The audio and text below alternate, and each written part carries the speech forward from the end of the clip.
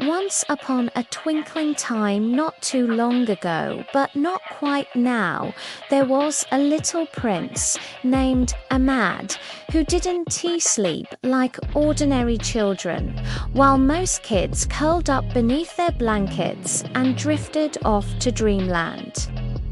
Prince Imad stayed wide awake, blinking at the stars from his castle window and listening to the quiet hush of nighttime. He wasn't afraid of the dark. Oh no, not one bit. He liked the dark. He liked how the moon whispered secrets only he could hear, and how the shadows on his walls danced when he hummed softly to himself. But what Prince Imad loved the most were the nights. You see, when the kingdom fell asleep, when even the royal yawn had been yawned and the last bedtime cookie had been munched, the nights appeared.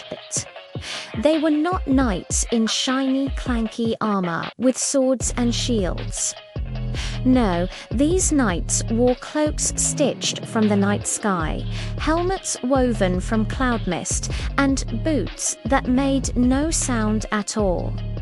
They didn't ride horses, they soared on comets, zipped through dreams, and galloped on shooting stars. And they had one very special job: to protect the magic of the night. Imad had first seen them when he was only 5 and couldn't he fall asleep during a thunderstorm. A bolt of lightning had flashed across the sky, and there, standing on his balcony, was a knight with eyes like galaxies and a smile as soft as moonlight.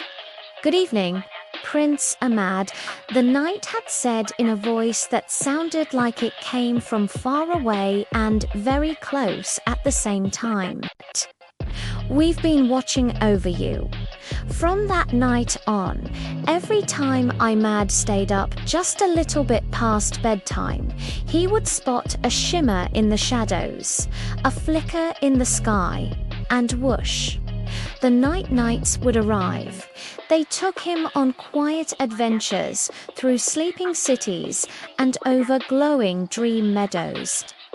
They helped baby stars find their places in the sky, caught wild dreams that had wandered off too far, and even once rescued a moonbeam that had gotten tangled in a windstorm.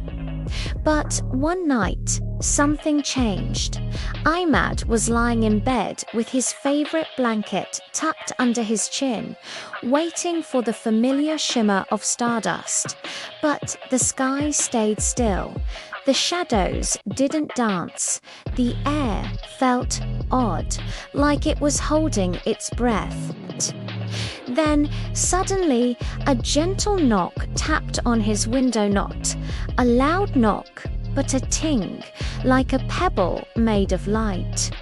Imad jumped up and threw open the curtains. Outside stood Sir Nocturne, his favorite of all the nights. His cloak a swirl of navy and indigo, stars twinkling on his shoulders.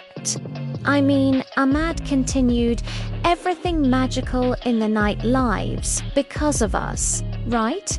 Because we believe, because we imagine. What if the dream tree doesn't need fixing, but feeling? Sir Nocturne smiled slowly.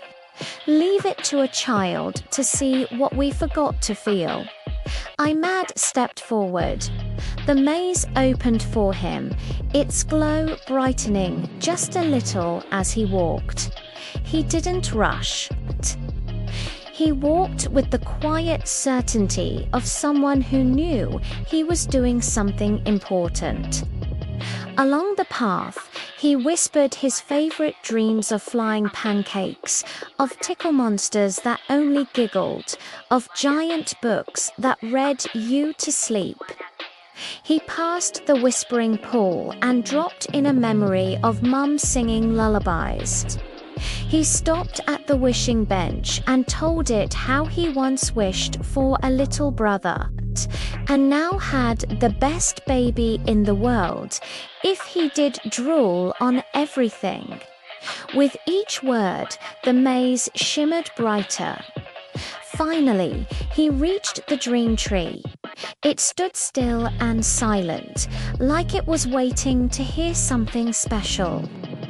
Imad placed his hand on its bark. "I believe in you," he whispered. "Even if no one else is watching, even if no one else remembers, I do." A pause, a heartbeat, and then the dream tree flared to life, lighting up in brilliant colors, blues and golds and pinks and lavender. The roots glowed, the leaves shimmered. The entire maze pulsed with warmth. In the sky above, stars blinked on, one by one, dream paths untangled, the moon smiled wider, and in bedrooms all over the world, children sighed happily in their sleep, their dreams turning sweeter and softer. The night-nights cheered. Captain Dusk clapped Imad on the back. "You did it, your sleepiness." "No," said Imad with a grin. "We did it, together." Sir Nocturne knelt before him. "For your courage, your heart, and your wisdom, we name you an honorary night-night." All the knights saluted as stars rained down like confetti. Later, as the dream glider brought him home, Imad felt the sleepy warmth of adventure settle into his bones. He climbed back into bed, Floppy tucked under one arm, the starlight still twinkling in his hair. Mum peeked in just as he was dozing off.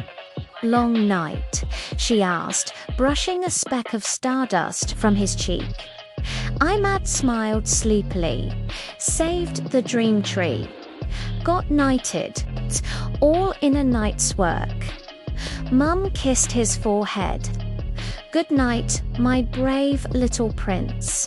And as Imad drifted into dreams of mazes and moonbeams, the night-knights soared silently above, keeping watch not just over the world, but over one very special boy who reminded everyone what magic really means.